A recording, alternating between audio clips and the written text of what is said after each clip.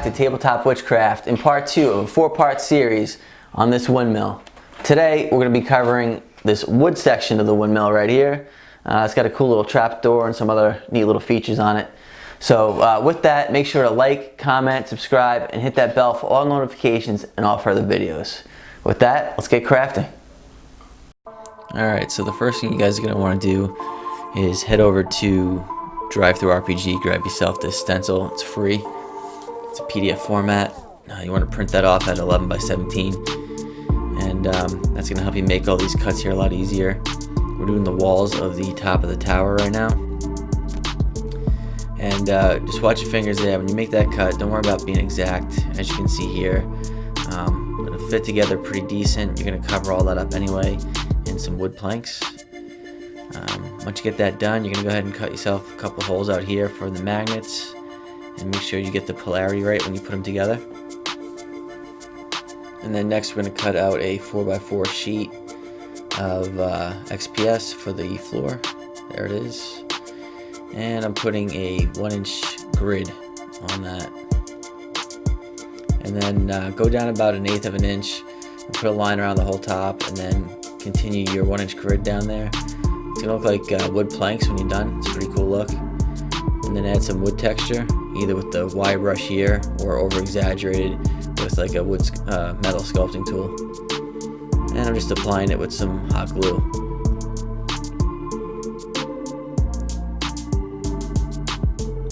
Next, I'm using a shifting land stencil for the windows. And here I'm slicing the window for the frame. I'm going to use that little sliver to cut out the frame here in a second. And I'm going to glue it right back in place, right where I cut it off. And you're going to do that 3 times. So I just drew that stencil, you see it there off to the left. I copied that over onto the little piece I cut out, and now I'm cutting out the window or the glass sections.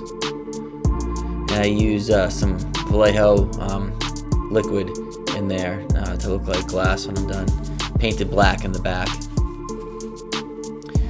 Now I just use a little hot glue. I put a little bit on the first piece of wood shingle there, then I put a little bit up onto the XPS frame, and then I just press it on just like that, leave it long, and then cut it to fit once you're done. Cool little trick right there. A cool metal tool like that will pull the hot glue right off of that pretty much without any wisps, so it's pretty cool. Alright, now I'm just making, I don't know what these are called, I guess dormers or little roofs for the windows or whatever.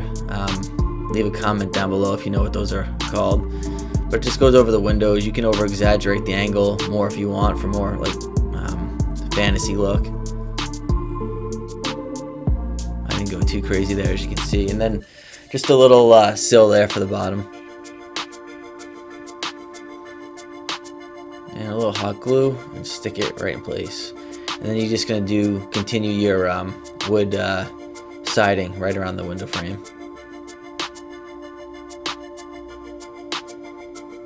And here we're just hot gluing the sill to the window. And there it is all put together. You see I got some vertical strips of wood there. Those are just to cover up where all the horizontal pieces of siding were. And then we're just Mod Podging it. And right there I'm using some deco art, chocolate brown, for the wood. Get the whole thing covered up nice.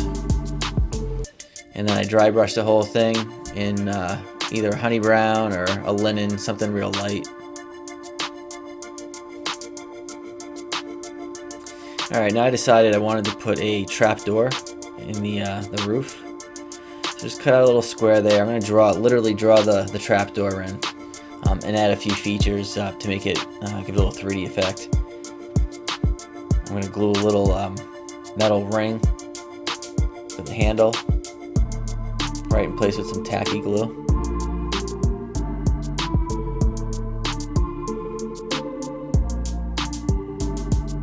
And don't worry if it beads up just a little bit there, because I mean I end up spraying it out with a Q-tip, but you're never going to see that anyway. It dries clear.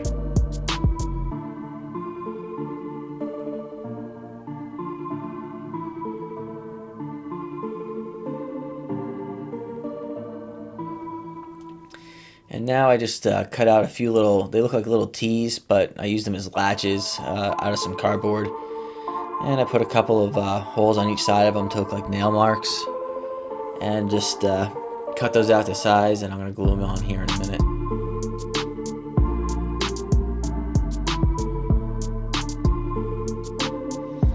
And then I traced out another square, just a little bit bigger than the first one, to go around this whole thing. Again, just to break up all that wood and make it look like stone. Here you'll see I'm painting it kind of in my usual stone manner with that folk art graphite gray color.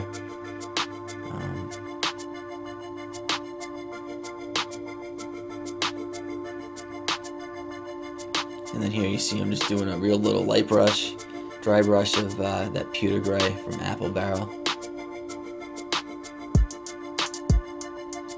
And a little bit of Eileen's tacky glue. And just stick those hinges right in place. And then I put a little bit of Mod Podge on that silver ring before I paint it to give the paint something to stick to. You can kind of see it right there, it's black. And then I just use a little bit of a gunmetal gray to do the hinges and the door latch.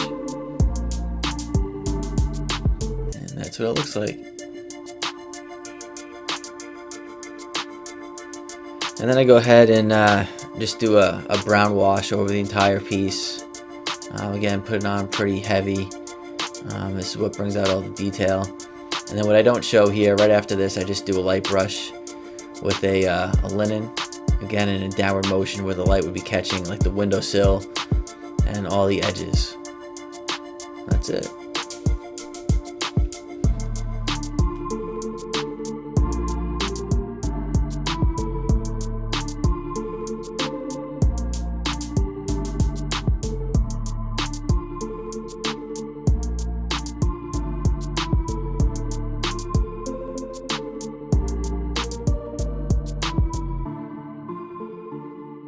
Hey everybody, thanks for sticking around for the second part of this build right here. If you liked, make sure to comment, subscribe, and hit that bell notification for further videos, and click on this link above for part 3 of the Windmill.